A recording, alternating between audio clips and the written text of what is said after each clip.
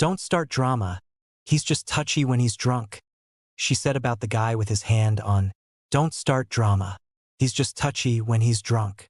She said about the guy with his hand on her lower back. No drama.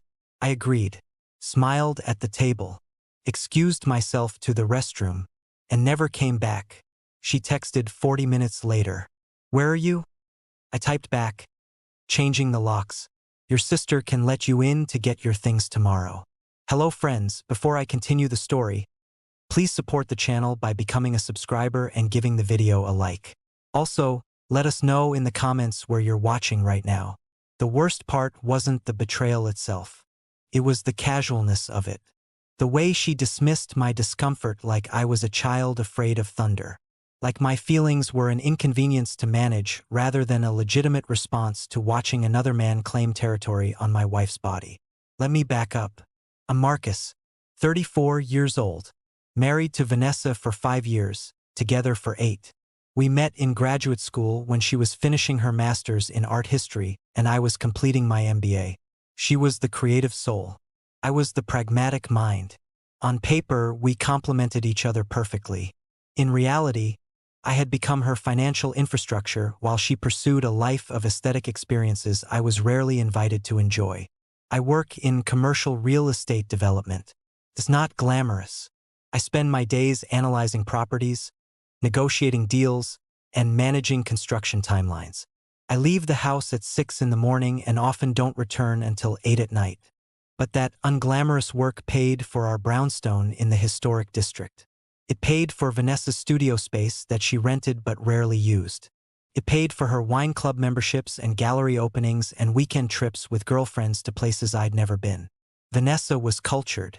That was the word she liked to use. She needed intellectual stimulation, artistic community, people who understood the finer things. Somewhere along the way, I had been categorized as useful but unstimulating. A patron of the arts rather than a participant. The distance crept in slowly over the last 2 years. She started attending events without me. You'd be bored, she'd say. It's just gallery people talking about installations. You wouldn't get it. I accepted this because I wanted her to be happy, and because I was too exhausted from work to fight about it. Then came the new crowd. They were artists, critics, collectors, and various hangers-on who orbited the downtown gallery scene. Vanessa spoke about them constantly. Julian said the most brilliant thing about negative space. Margot is having a showing in Chelsea next month. Derek thinks my eye for composition is extraordinary. Derek. The name appeared more and more frequently. Derek was a sculptor. Derek understood her vision. Derek was helping her rediscover her creative voice. When I asked to meet these friends, Vanessa would wave her hand dismissively. You wouldn't enjoy it. They're very bohemian. You'd feel out of place. Translation, you'd embarrass me. I let it go. I told myself that marriage meant supporting your partner's interests, even the ones that excluded you. I told myself that security meant trust, and trust meant not demanding access to every corner of her life. That was my mistake. I confused being walked on with being supportive. The dinner party was her idea. Derek is hosting a small gathering, she announced on a Thursday evening. Very intimate, just close friends. And he specifically asked if you would come. I looked up from my laptop, surprised. This was the first time in months I'd been invited to anything. Really? Yes, really. She smiled, but it didn't reach her eyes. He wants to meet the man behind the curtain. His words. Something about the phrase unsettled me, but I agreed. I wanted to see this world she'd built without me. I wanted to understand what had captured so much of her attention. Wear something relaxed, she instructed. Not your work clothes. These people don't do business casual. I wore dark jeans and a simple black sweater. Vanessa wore a flowing dress that exposed her shoulders and much of her back. She looked beautiful. She also looked like she was dressing for someone else's approval. Derek's loft was exactly what I expected. Exposed brick, industrial lighting, massive abstract sculptures that looked like twisted metal nightmares. The guests were exactly what I expected too. Thin, severe-looking people in black clothing, speaking in hushed tones about conceptual frameworks and the death of authenticity. And then there was Derek. He wasn't what I expected. I had pictured someone slight and intellectual, a pale artist type with paint-stained fingers and round glasses. Instead, Derek was tall, athletic, and radiating a kind of predatory confidence that immediately set my teeth on edge. He looked like a man who had never been told no in his life. When we arrived, Vanessa didn't introduce me. She simply glided toward Derek and kissed both his cheeks in that European affectation that certain social circles adopt. I stood in the doorway holding the wine we'd brought, feeling like a delivery driver who had wandered into the wrong party. And this must be Marcus. Derek approached me with a smile that didn't match his eyes. He looked me up and down the way you might assess a piece of furniture you were considering replacing. The famous husband. Vanessa talks about you constantly. Does she? I extended my hand. He shook it briefly, limply. She talks about you quite a bit as well. Only good things, I hope. He laughed and turned away before I could respond, his hand finding the small of Vanessa's back as he guided her toward the bar. Let me get you a drink, darling. I have that Barolo you love. Darling. I stood there holding the wine, watching another man call my wife darling while touching her with an ownership I should have challenged immediately. But I didn't, because Vanessa turned back and gave me a look that clearly said, behave. So I behaved. I found a seat on the periphery of the conversation circle. I nursed a glass of wine that tasted like vinegar and pretension. I watched my wife laugh at Derek's jokes, touch Derek's arm when she made a point, lean into Derek's space like it was the most natural thing in the world. The other guests ignored me entirely. When I tried to enter conversations, they would smile politely and then turn back to each other, closing the circle. I was a civilian at a gathering of the initiated. I didn't know the language. I didn't know the rituals. For 2 hours I sat there, watching, waiting, telling myself that this was what sophisticated people did. That physical proximity between artists meant nothing. That I was being paranoid and possessive and all the things Vanessa had accused me of being whenever I raised concerns. Then I went to the bathroom. I took my time. I looked at myself in the mirror above Derek's designer sink. I looked tired. I looked older than 34. I looked like a man who had been slowly erased from his own marriage without realizing it. Get it together, I told myself. You're overthinking. She's networking. This is her world. Be supportive. I walked back to the main room. The angle was different from where I'd been sitting before. The crowd had shifted. There was a gap in the bodies that gave me a clear line of sight to the corner where Vanessa and Derek had moved. They were on a low couch, half hidden by a massive sculpture. Vanessa was leaning back with a wine glass in her hand, laughing at something Derek had said. And Derek's hand was on her lower back. Not hovering. Not incidental. His palm was pressed flat against the exposed skin above her dress. His fingers splayed possessively, his thumb tracing small circles on her spine. Vanessa wasn't pushing him away. She wasn't shifting uncomfortably. She was arching slightly into the touch, like a cat being stroked. The noise of the party seemed to disappear.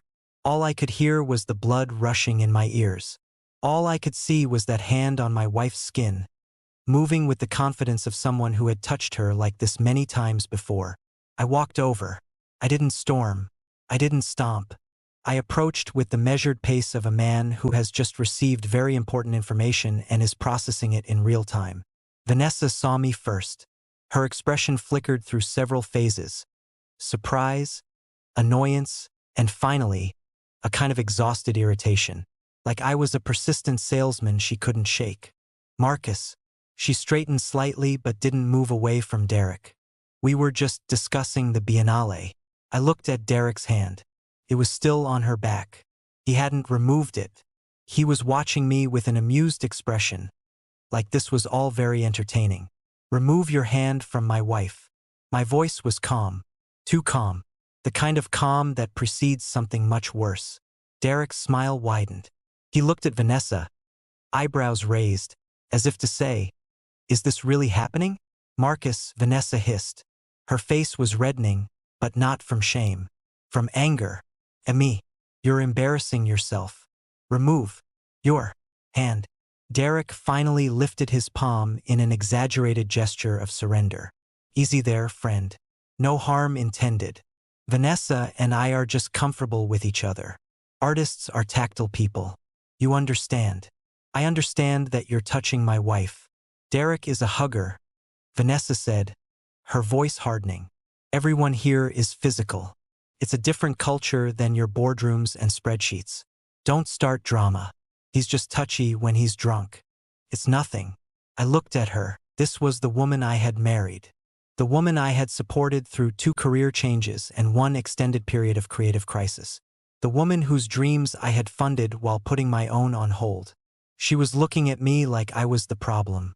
She was defending another man's right to put his hands on her skin.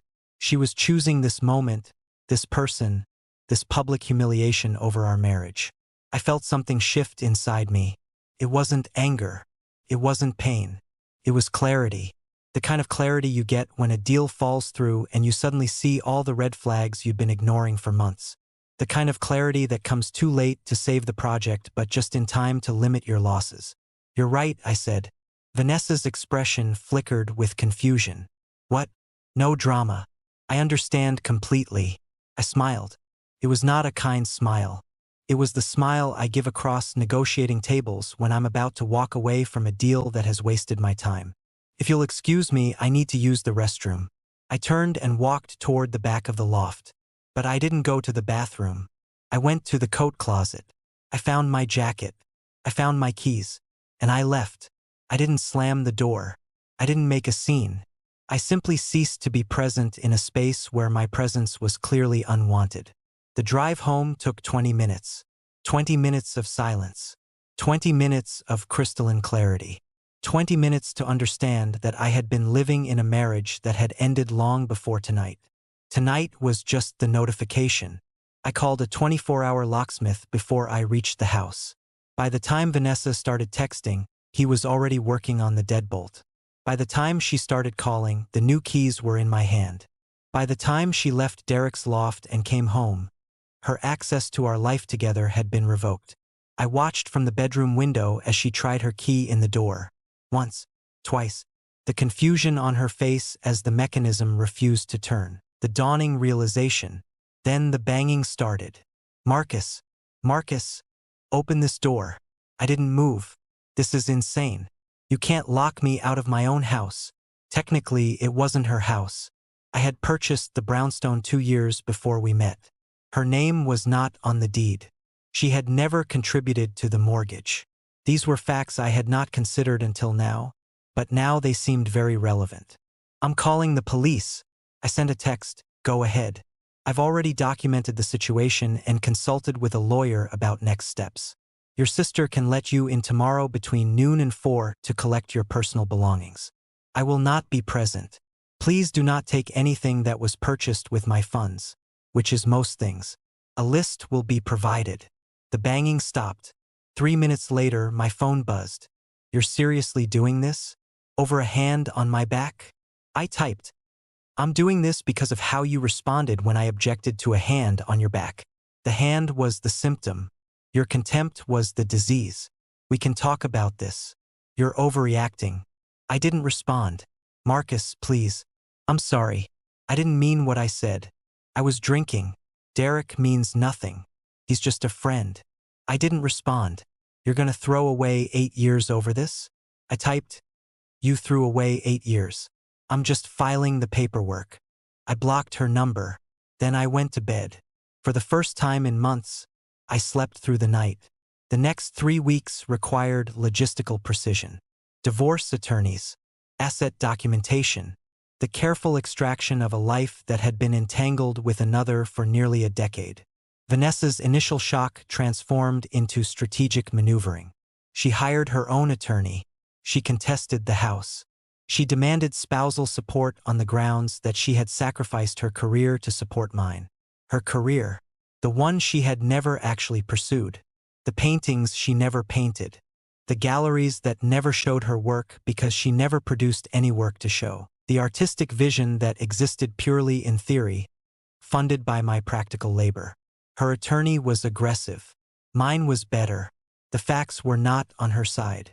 She had contributed nothing financially to our household for the duration of our marriage. She had no independent income. The house was mine. The cars were mine. The investments were mine. She had traded her autonomy for comfort, and now that comfort was being repossessed. During our one required mediation session, she tried a different approach. "Marcus, please." Her voice was soft now. Her makeup was flawless. She looked like the woman I had fallen in love with in graduate school. Before the entitlement, before the contempt. I made a mistake. People make mistakes. Derek was a symptom of problems we should have addressed together. I take responsibility. But can we really not work through this? 8 years, Marcus. Doesn't that mean anything to you? I looked at her. I tried to summon the feelings I used to have. The tenderness, the desire, the sense of partnership.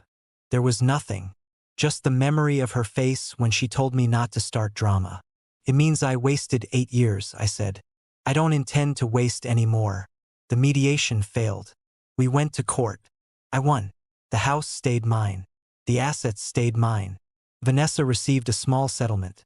Enough for 6 months of rent somewhere modest, which was more than she deserved and far less than she wanted. As we left the courthouse, she grabbed my arm. "You've changed," she said. "You used to be kind. I used to be compliant," I corrected her. "You just couldn't tell the difference." 6 months after the divorce was finalized, I heard through mutual friends about Vanessa's new life. She had moved in with Derek. It lasted 3 months. Apparently, artists who are touchy when drunk are also touchy when sober, particularly with other women. Vanessa discovered that Derek's creative community included a rotating cast of muses, and that her position was neither unique nor secure. She was now living with her sister, working part-time at a boutique wine shop, and posting cryptic quotes on social media about toxic men and new beginnings. I saw Derek once, about a year later, at a restaurant where I was closing a deal. He was at the bar with a young woman who looked barely old enough to drink legally. He saw me too. For a moment, our eyes met. I expected some reaction, a smirk, a challenge, something, but he just looked away. He didn't recognize me, or if he did, I wasn't worth remembering.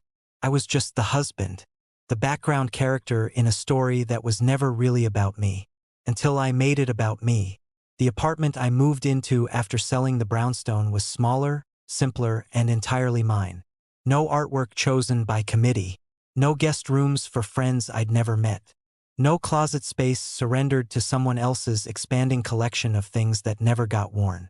Every morning, I woke up in silence. Every evening, I came home to peace. The energy I used to spend managing Vanessa's moods, validating Vanessa's choices, funding Vanessa's theoretical life, I redirected all of it toward myself. I started running. I started reading again. I reconnected with friends I had neglected during the marriage, the ones Vanessa had deemed boring or provincial. My work improved. Without the constant emotional drain waiting for me at home, I had capacity for creativity I'd forgotten I possessed. I took on bigger projects. I negotiated harder. I got promoted. One of my colleagues noticed the change. "Marcus, I don't know what happened to you, but keep doing it. You're sharper than I've ever seen you." What happened was subtraction. I removed the person who had been weighing me down and discovered I could fly. Vanessa reached out 18 months after the divorce. The text came from a new number. She must have heard through the grapevine that I'd blocked her old one. "Marcus, I know you probably don't want to hear from me, but I've been doing a lot of reflecting. I was in a bad place during our marriage. I took you for granted. I dismissed your feelings. I surrounded myself with people who validated my worst impulses. I see that now. I'm not asking for anything. I just wanted you to know that I understand what I lost. I'm sorry. I hope you're happy." I read the message 3 times. Then I deleted it without responding. Not because I was angry. The anger had faded long ago, replaced by something closer to indifference. I deleted it because responding would have been wasteful. It would have taken time and energy that could be spent on things that mattered. And Vanessa no longer fell into that category. Some people reach out to apologize because they genuinely want to make amends. Some people reach out to apologize because they want to reopen a door they suspect might still be unlocked. I wasn't interested in determining which category Vanessa fell into. The door was not just locked. It had been removed and replaced with a wall. I met someone new about 2 years after the divorce. Her name was Rachel. She worked in urban planning. She was practical, straightforward, and completely uninterested in drama of any kind. On our 4th date, a guy at the bar bumped into her and spilled his drink on her sleeve. Before I could react, she turned to him calmly and said, "That was clumsy. You should be more careful." The guy, drunk, defensive, tried to turn it into a confrontation. "What's your problem, lady?" "It was an accident." Rachel didn't raise her voice. She didn't look at me for backup. She just held her ground. "The problem is that you're drunk, you ruined my shirt, and you haven't apologized. So either apologize or leave us alone." The guy stammered an apology and walked away. Rachel turned back to me, completely unfazed. "Sorry about that. Where were we?" I fell in love with her in that moment. Not because she had handled the situation perfectly, but because she had handled it at all. She didn't expect me to manage her emotions. She didn't need external validation to know her own worth. She was a complete person who wanted a partner, not a patron.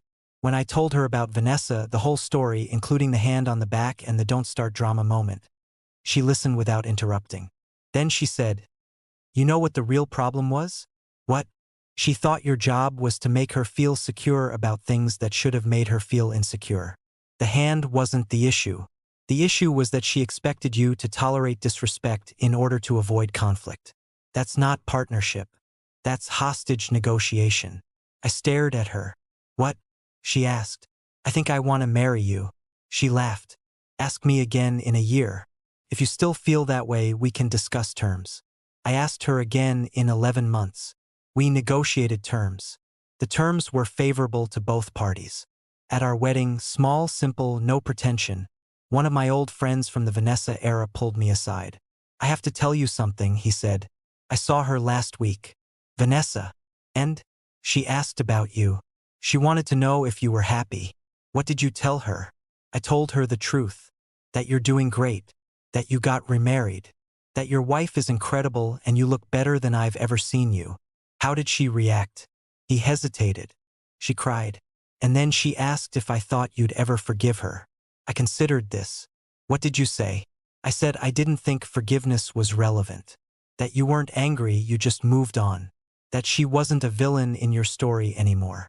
She was just a chapter that ended. I nodded. That was exactly right. Vanessa had been many things in my life. Partner, a drain, a lesson, a mistake. But she was no longer present tense. She was past tense, completely. And the beautiful thing about the past is that it doesn't require ongoing maintenance. I sometimes think about that night at Derek's loft. The moment when I saw his hand on her back and something clarified. People ask if I regret leaving so dramatically.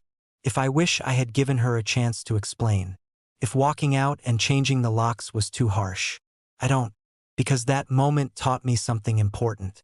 You can spend years explaining your boundaries, negotiating your worth, and hoping someone will eventually treat you the way you deserve. Or you can simply remove yourself from situations where your worth is not recognized. The second option is faster. It's more efficient. And it actually works. Vanessa said don't start drama. She was right. Drama requires 2 participants. I chose to become an audience of 1, watching my old life from a distance, and then changing the channel entirely. The logistics of leaving were simple. The emotional untangling took longer. But in the end, I emerged with something I hadn't had in years. Peace. And peace, it turns out, is the most valuable asset of all. It doesn't appreciate in value like real estate. It doesn't depreciate like vehicles. It just exists, constant and reliable, waiting for you to stop sacrificing it on the altar of someone else's dysfunction. I stopped sacrificing. I started investing in myself. The returns have been extraordinary. Last month, I ran into one of the people from Derek's art circle. She recognized me barely. "Oh," she said, squinting. "You're Vanessa's ex. The businessman." "That's me. How are you?" "I heard things ended badly." "Things ended," I corrected her. "Badly is subjective." She looked uncomfortable. Well, for what it's worth, Derek turned out to be a disaster. Everyone knows it now. Vanessa wasn't the only one you know. I don't need to know, I said. I stopped keeping track a long time ago. Fair enough. She paused. You seem different. Happier. I am. Good for you. She smiled genuinely this time. Most people don't get out. They just keep tolerating. I know, I said. I used to be most people. I walked away from that conversation without looking back. There was nothing behind me worth seeing. There never had been.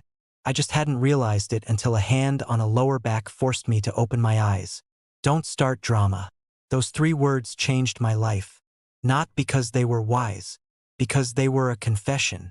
They revealed everything I needed to know about where I stood, what I was worth, and how long I had been accepting less than I deserved. Sometimes the cruelest things people say to us are gifts. They illuminate the truth we've been avoiding. They give us permission to finally walk away. Vanessa told me not to start drama. So I didn't. I ended it instead. Thank you for listening all the way through. There's another story to your left screen. You'll enjoy it more than this one.